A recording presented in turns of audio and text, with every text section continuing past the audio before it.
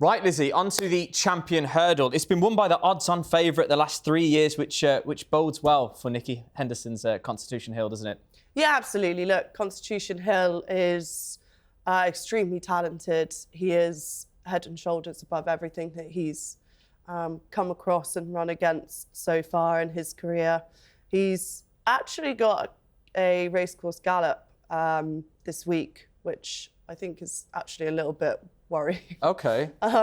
He's got past history of having bad racecourse gallops. Oh, no. So I'm not really sure. What's that?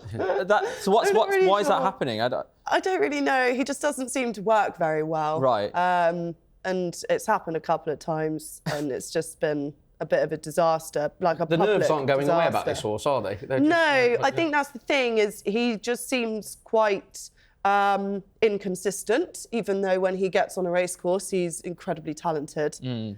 So we've got, you know, if everything goes to plan, he should really be a banker for the week. Right. And he's proved this season, he's come back and won races very well. So, you know, he still retains his ability. OK. Ed, Constitution Hill, what a horse. Oh, I mean, if I try to liken him to a footballer, Here we go. it'd be Gareth Bale. Right, well, fair enough. Ridiculous cruising speed. Not Gareth Messi? Bale. You're not Messi? Gareth Bale? Well, there's freak footballers like Ronaldo, Messi. Gareth Bale's a freak, in my opinion. They're just different to the rest of us. Yeah. You got horses like that as well. Gareth Bale didn't train very well. Right. He wouldn't. If you watched him training, you'd think he's not trying, or he can't smell the hot dogs. You know, when he gets to the ground. But Constitution Hill is such a good horse, and its cruising speed is just better than everybody else's. But is it unbackable? Well, I suppose that's kind of arbitrary, isn't he? Again, a never very short price horse. Is he unbackable? Just as Lizzie says, we can all be in danger of looking into things that aren't there. The facts are this horse has not lost a race, and he's come back after a year off, and he's won both his races again. But this just doesn't go away. There's something just not quite selling you at the moment. There's an uneasiness. There's never quite the bullishness there of 2-3 years ago. And as you know, horses, 24 hours is a long time. A year is a long time. He'd been off the track for a while. He won well without being brilliant in beating Lossiemouth at Kempton 2.5 lengths, but he won well. And then he had an exhibition round, didn't he, against inferior horses at Cheltenham last time out. In terms of how good is he? Well, in terms of peak ratings, he's the best kind of 2-mile hurdler we've seen this century. His overall body of CV at the moment is probably just below Istabrack. But in terms of his peak performance, I mean, to beat John Mon 22 lengths in the Supreme is unheard of. Wiped the floor with State Man 2 years ago.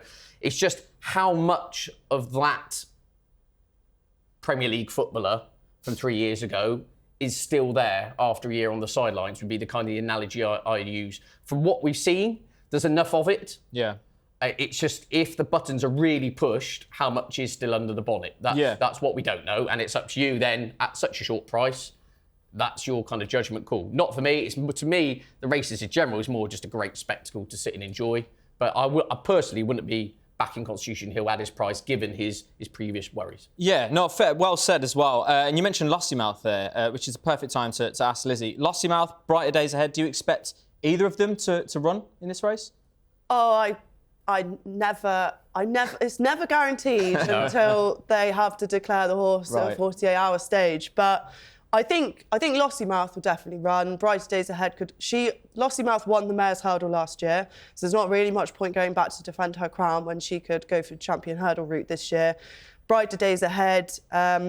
She sort of burst on the scene when she won a 2-mile Grade 1 by 30 lengths at Christmas. Gosh. And really put herself in the champion hurdle picture. She could be really interesting. Obviously, we've seen Constitution Hill. He's already beaten Lossiemouth, but we've not seen Brighter Days Ahead versus Constitution Hill. And I'd like for her to go. Obviously, mares get an allowance in those sorts of races, so that's always a help. But I couldn't count how many times I've made that argument and it hasn't worked. So, look, it would be great if they both did, but I wouldn't be guaranteeing anything at this stage. Yeah, Lossiemouth's not been great recently. Do you think it can stay with Constitution Hill? I think the run against Stateman at Leopardstown, she obviously fell too far out to see how she would have fared. We don't know.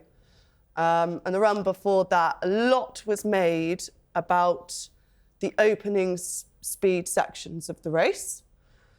So she jumped off at Kempton and the front runner went so fast that it really caught her unawares and she found it quite difficult to hold her position in the race. That being said, she finished really strongly. She's won over further, so she's got stamina. And I personally would say that now she's had that experience of almost what you would call gate speed in flat racing, like being able to jump off and be quick over the first few hurdles. Some horses take a little while to warm up. Once they've had that experience, like next time I'd say she'd be bang on it. Like Willie Mullins doesn't leave things any stone unturned. Like that will be something that they're like, right, let's get her going real quick. Yeah. But so I think we'll see an improved performance at Cheltenham from her. Okay. Do you know what you mentioned Stateman at the top of that? Is there a danger that people are overlooking Stateman, Ed? Not in my view. No. Very good horse. Obviously won a county hurdle. Got stuffed by Constitution Hill 2 years ago. Constitution Hill wasn't there last year, and Stateman turned up and got the job done. I'm not sure he's quite the horse he is on what we've seen so far. You know, he was beaten by Brighter Days Ahead, where admittedly the mare had a fitness edge first time out. Then got absolutely thumped to distance over the Christmas period. Now that run was too bad to be true, given the proximity of much lower rated horses to Stateman in that race. Something was amiss.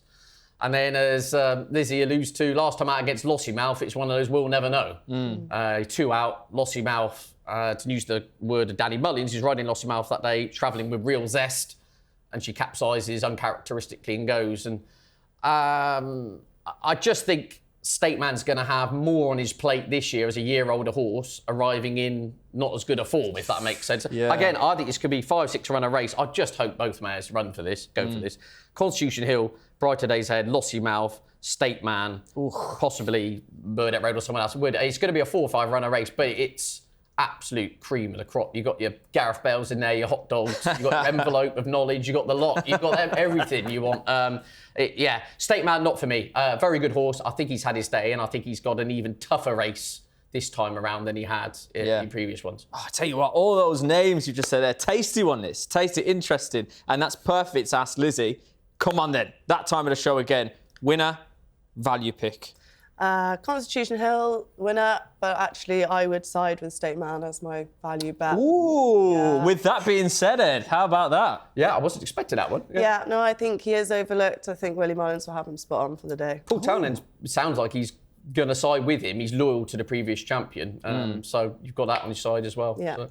There you go. Ed, go on then, let's throw to you about this. Right, I'm going to put my asterisks out here now, because I do think this is quite a ground-dependent race. I think if the round gets really deep and stamina comes to the fore, I do think Lossiemouth's not out of this. If she could get within 2.5 lengths on good ground of Constitution Hill around Kempton, she's got confirmed stamina over 2.5. If we've got a softer heavy ground festival, which we have in 3 of the last 5 years, that will really bring a stamina into play, and I don't think she'll be far away. So I'm kind of hedging my bets on a bit of a rain dance here, but I'm going with Lossiemouth as the value play. I think she definitely will line up, and I don't think she'll be far away. My absolute flying ointment, the joker in the pack, would be Golden Ace, Jeremy Scott's mare, if she ran. Okay. I gather she's had, at the time of recording, a little a muscle setback, and the festival is in doubt. If she were to run, people are forgetting, we have very short memories in racing.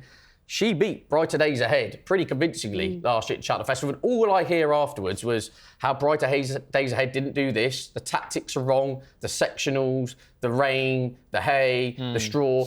Hang on a minute, watch the race back. Golden Ace went round on the bridle. Lorcan Williams pushed the button up the hill, and he flew home. She flew home. Yeah. Lorcan Williams, he flew home. Brighter Days Ahead is whatever she is, 7-2 to win. If she lined up, Golden Ace is a gazillion.